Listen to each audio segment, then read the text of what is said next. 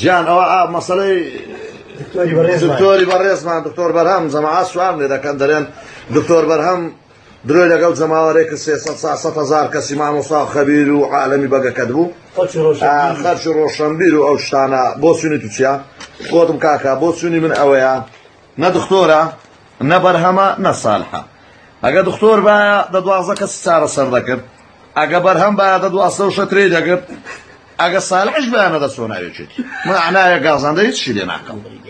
ئارێ وەڵاوە لۆ خۆی باشە ئەو هەموو وعدەی لێرانەدا 300,000 کەسی بەگەکەت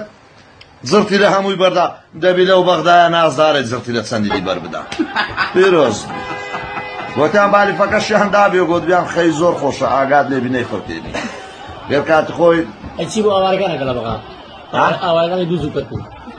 دەچوو پێی دەگوتن ئەوانە نەفت دزن و بەگەریا